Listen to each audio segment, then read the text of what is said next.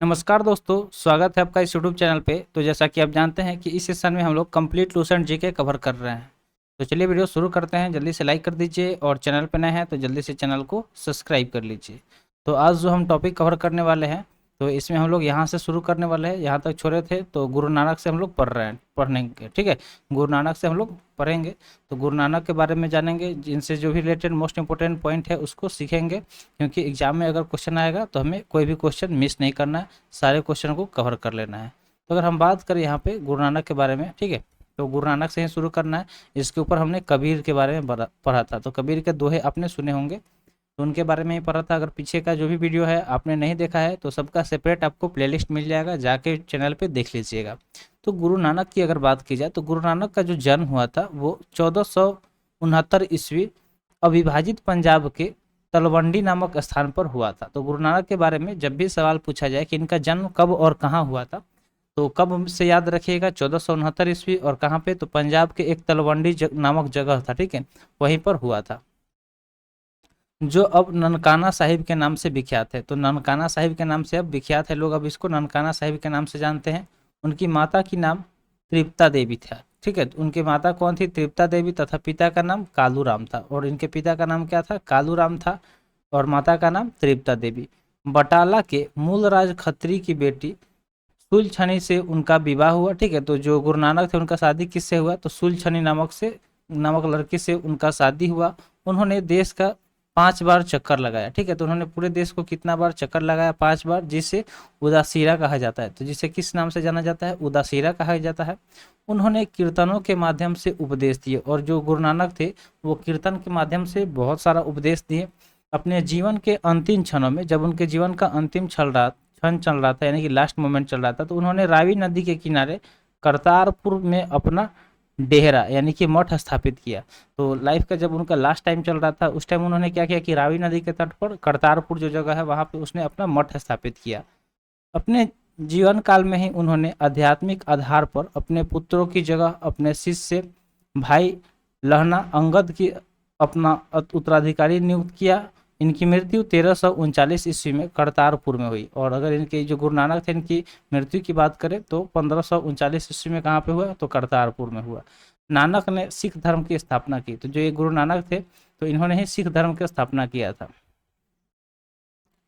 नानक सूफी संत बाबा फरीद से प्रभावित थे। और ये किससे प्रभावित थे? तो जो सूफी संत बाबा फरीद थे उनसे ये इफेक्टेड थे, उनसे प्रभावित थे। तो उम्मीद करते हैं गुरु नानक से रिलेटेड जो भी चीज़ें इनसे के बारे में बस यही पूछा जा सकता है कि इनका जन्म कब और कहाँ हुआ, इनकी माता कौन थी, इनके पिता का नाम क्या था। तो माता तृप्ता देवी थी, पिता कालू राम था, ठीक है। और इनका शादी किससे हुआ? तो सुलछनी से हुआ, जो कौन थे? तो बटाला के जो मूल राज खत्री थे उनकी बेटी सुलक्षणी, उनसे ही इनका शादी हुआ। और ये पूरे देश का 5 बार चक्कर लगाया, जिसे उदासीन कहा जाता है। और इन कीर्तनों के माध्यम से उपदेश दिए। और जो इनका जीवन का अंतिम क्षण चल रहा था उसमें इन्होंने रावी नदी के किनारे पे जो करतारपुर जगह है वहाँ पे अपना मठ स्थापित किया। अपने जीवन काल में इन्होंने क्या किया? आध्यात्मिक आधार पर अपने पुत्रों की जगह अपने शिष्य भाई लहना अंगद की को अपना उत्तराधिकारी नियुक्त किया। और मृत्यु जब की बात करें तो 1539 ईस्वी में करतारपुर में हुआ। और ये सिख धर्म का स्थापना किए थे, ठीक है। और ये किससे प्रभावित थे? तो जो नानक थे वो सूफी संत बाबा फरीद से प्रभावित थे। तो ये चीज़ें क्लियर हो गई है। चलिए अब आगे बढ़ते हैं। अगले पॉइंट की बात करें तो अगला हम लोग चैतन्य स्वामी के बारे में पढ़ेंगे। तो चैतन्य स्वामी की अगर बात करें तो इनका अगर जन्म देखें तो इनका जन्म कब हुआ? तो 1486 ईस्वी में नदिया, जो कि बंगाल के मावापुर गांव में हुआ था, ठीक है। तो बंगाल में एक जगह है मायापुर, ठीक है, मायापुर। तो वहाँ पे एक ही इनका जन्म हुआ था 1486 ईस्वी में। इनके पिता के नाम का नाम क्या था? जगन्नाथ मिश्र था। एवं माता का नाम सच्ची देवी था, ठीक है। तो चैतन्य स्वामी के माता पिता का नाम याद रखिएगा, जगन्नाथ मिश्र पिता थे और माता सच्ची देवी थी।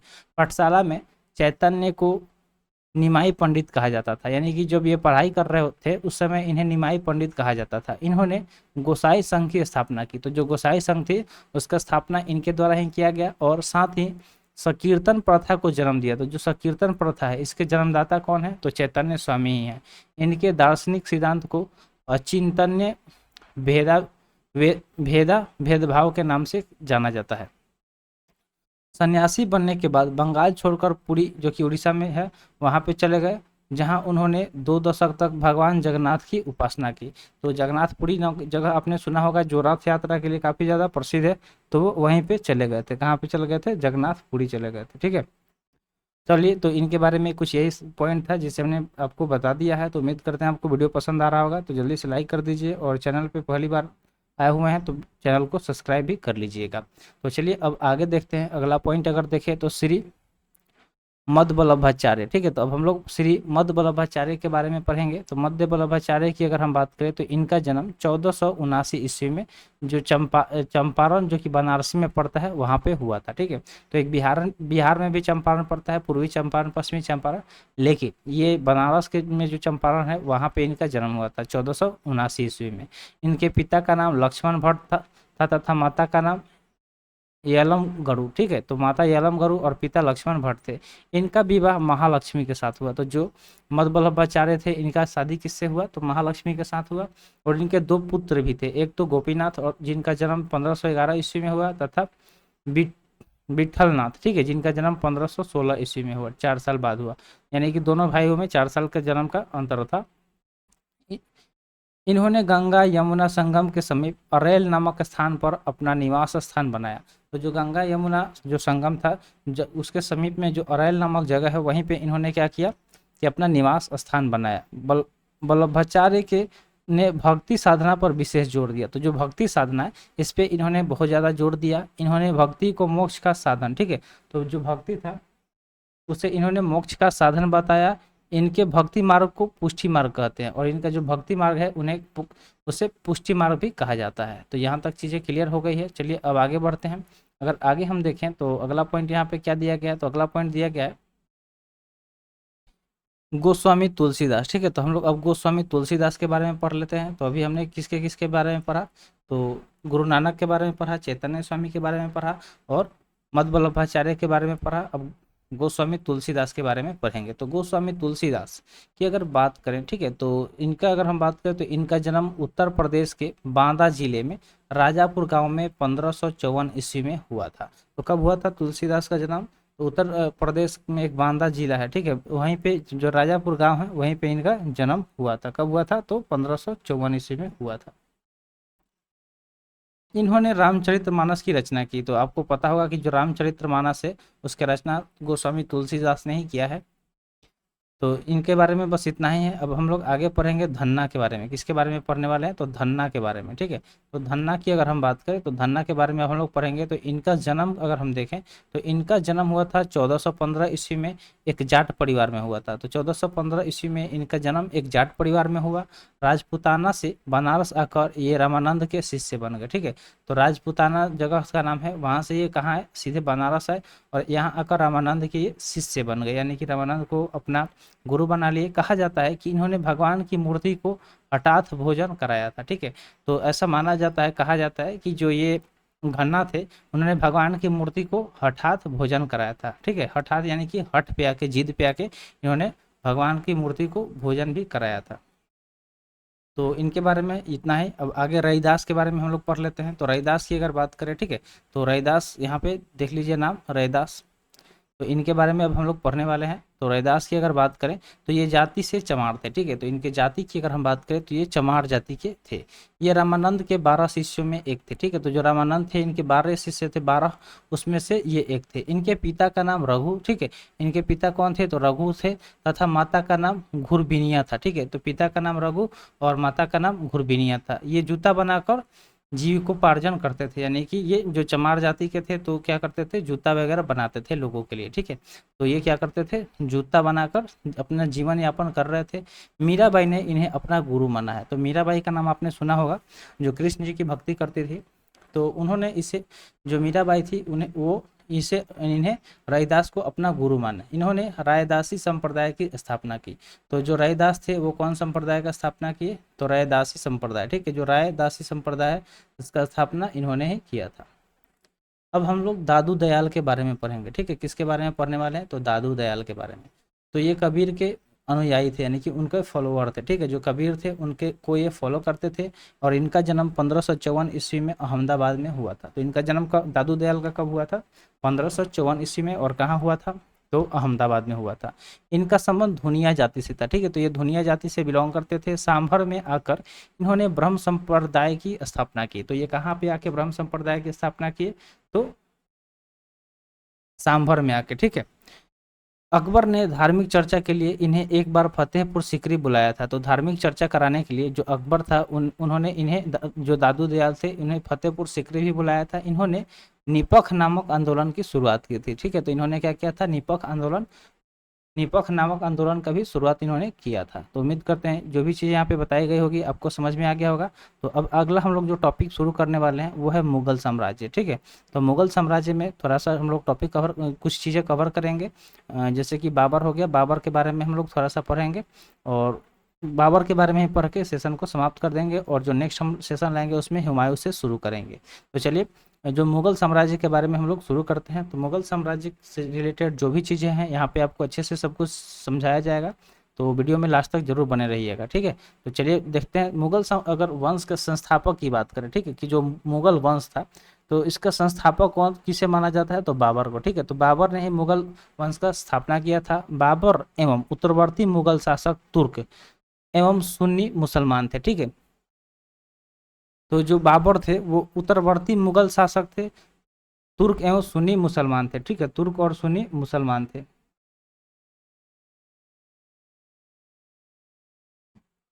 बाबर ने मुगल वंश की स्थापना के साथ ही पद पातशाही की स्थापना की।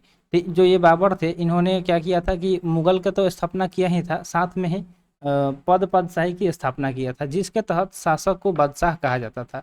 और जो पद पातशाही था जिसके वजह से ही जो मतलब जो पद पातशाही हुआ, ठीक है, तो उसके वजह से ही क्या हुआ कि जो शासक थे जो शासन करते थे दूसरे पे उन्हें बादशाह कहा जाता था, ठीक है, उन्हें बादशाह कहा जाता था, शासक को बादशाह कहा जाता था। तो चलिए अब बाबर के बारे में कुछ मोस्ट इंपॉर्टेंट पॉइंट हम लोग बात कर लेते हैं। तो अगर बाबर की बात करें, ठीक है, तो बाबर का जो जन्म हुआ था वो हुआ था 24 फरवरी 1483 ईस्वी में। कब हुआ था, तो 24 फरवरी 1483 ईस्वी में हुआ था। और बाबर के जो पिता थे उमर शेख मिर्जा, ठीक है, उमर शेख मिर्जा फरगाना नामक छोटे राज्य के शासक थे। तो ये एक फरगाना नामक छोटा सा राज्य था, उसके ही ये शासक थे। कौन, तो उमर शेख। बाबर फरगाना के गद्दी पर 8 जून 1494 ईस्वी में बैठा। तो जो बाबर था वो कब बैठा गद्दी पे, तो 8 जून 1494 ईस्वी में ये गद्दी पर बैठा। बाबर ने 1507 ईस्वी में बादशाह की उपाधि धारण की। और बाबर ने बादशाह की उपाधि कब धारण की, तो ये याद रखिएगा कि 1507 ईस्वी में बाबर ने क्या किया था कि जो बादशाह था उसका उपाधि धारण किया था, जिससे अब तक किसी तैमूर शासक ने धारण नहीं की थी। तो जो तैमूर शासक थे जो जिनमें से अभी तक किसी ने भी बाबर का जो उपाधि था धारण नहीं किया था, तो बाबर पहले ऐसे थे जिन्होंने क्या किया था, बादशाह का उपाधि धारण किए थे।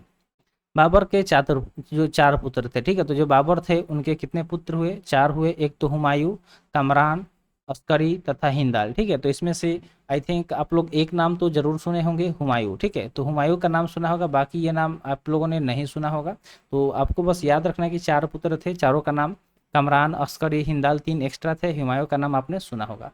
तो आगे बढ़ते हैं। आगे की बात करें तो अगला पॉइंट दिया गया कि बाबर ने भारत पर 5 बार आक्रमण किया। तो जो बाबर था वो भारत पर कितनी बार आक्रमण किया, तो 5 बार आक्रमण किया।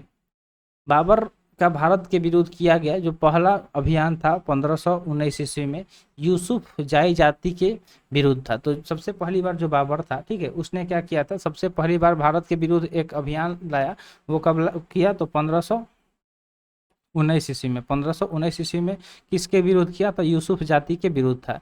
इस अभियान में बाबर ने बाजौर और भेरों को अपने अधिकार में कर लिया। तो जो ये अभियान था इसमें क्या किया था बाबर ने, ठीक है, तो बाबर ने क्या किया था कि जो बाजौर और भेरा थे उन्हें अपने अधिकार में कर लिया। बाबर को भारत पर आक्रमण करने का निमंत्रण पंजाब के शासक दौलत खां लोधी एवं मेवाड़ के शासक राणा संगा ने दिया था। तो जो बाबर को मतलब किसने ये बोला था कि आप भारत पर आक्रमण करो, तो एक दौलत खां था, दौलत खां लोधी, जो कि पंजाब में उस टाइम वो शासक था, और मेवाड़ का शासक था राणा संगा। तो ये दोनों ने बाबर को आक्रमण करने के लिए बोला, ठीक है।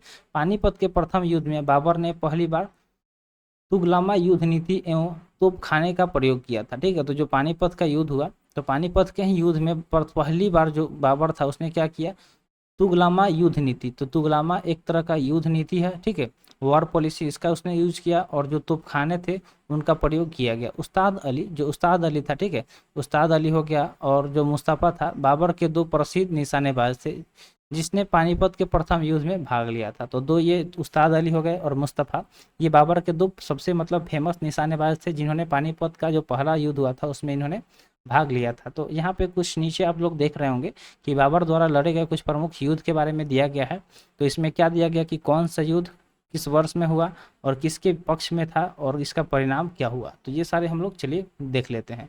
तो बाबर द्वारा लड़े गए कुछ प्रमुख युद्ध का नाम दिया गया है, जैसे कि सबसे पहली अगर हम बात करें तो पानीपत का प्रथम युद्ध। तो जो पानीपत का प्रथम युद्ध था 21 अप्रैल 1526 ईस्वी को लड़ा गया, ठीक है, 21 अप्रैल 1526 ईस्वी को लड़ा गया, शुरू हुआ, और इब्राहिम लोदी एवं बाबर के बीच में था। किसके किसके बीच में था? इब्राहिम लोदी और बाबर के बीच में था, जिसमें बाबर विजयी हुआ, ठीक है। तो यहाँ पे जो भी यहाँ पे युद्ध मेंशन किया गया सारे में बाबर की ही जीत हुआ। उसके बाद खानवा का युद्ध हुआ, ठीक है, ठीक है। तो खानवा का युद्ध हुआ जो कि 17 मार्च 1527 ईस्वी में राणा सांगा और बाबर के बीच में, ठीक है। राणा सांगा अभी अपने को हमने ऊपर बताया कि राणा सांगा जो कि मेवाड़ का शासक था उसने ही इनको बुलाया था भारत पे आक्रमण करने के लिए। देखिए जैसे कि अभी हमने आपको ऊपर बताया, ठीक है। तो जो मेवाड़ का शासक था राणा सांगा उसने बुलाया और उससे ही इसका युद्ध हो गया, ठीक है। तो उसमें भी क्या हुआ कि उसने राणा सांगा को हरा दिया, बाबर का जीत हो गया और राणा सांगा का हार हो गया। उसके बाद चंदेरी का युद्ध हुआ, तो बाबर आया, ठीक है, और बाबर आया तो पहले पानीपत का युद्ध हुआ, फिर खानवा का, उसके बाद चंदेरी का 29 जनवरी 1528 ईस्वी में। इसमें मेदिनी राय और बाबर के बीच में हुआ, इसमें भी बाबर विजयी हुआ।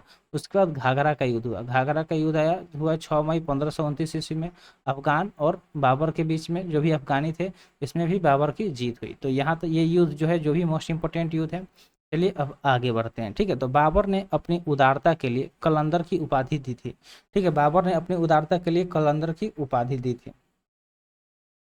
खानवा युद्ध में विजय के बाद बाबर ने गाजी की उपाधि धारण की। तो जो खानवा का युद्ध हुआ उसमें उसे जब जीत मिली तो वो उस जीत के बाद उसने क्या किया कि गाजी की उपाधि धारण कर लिया, ठीक है, गाजी का उपाधि धारण कर लिया। 30 जनवरी 1528 को जहर देने के कारण राणा सांगा की मृत्यु हो गई, ठीक है। तो 30 जनवरी 1528 ईस्वी को क्या किया गया कि राणा सांगा को जहर दे दिया गया, जिसकी वजह से उसकी मृत्यु हो गई।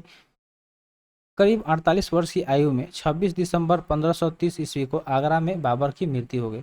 उसके बाद क्या हुआ कि लगभग मतलब 48 साल का जब ये थे बाबर, तो डेट है 26 दिसंबर 1530 ईस्वी में, इस वहाँ पे आगरा जो जगह था वहाँ पे बाबर की मृत्यु हो गई।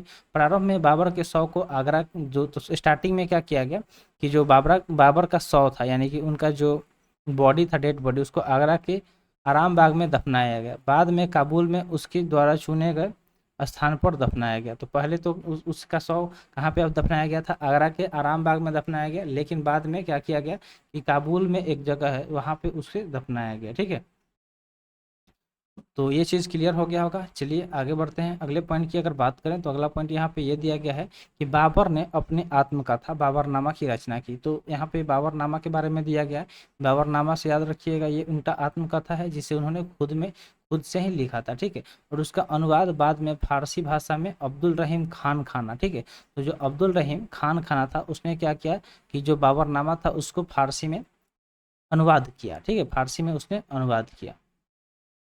बाबर को मुबैयान नामक पदशैली का भी जन्मदाता माना जाता है। तो बाबर जो थे उसे मुबैयान नामक जो पदशैली था उसका भी जन्मदाता इन्हें माना जाता है।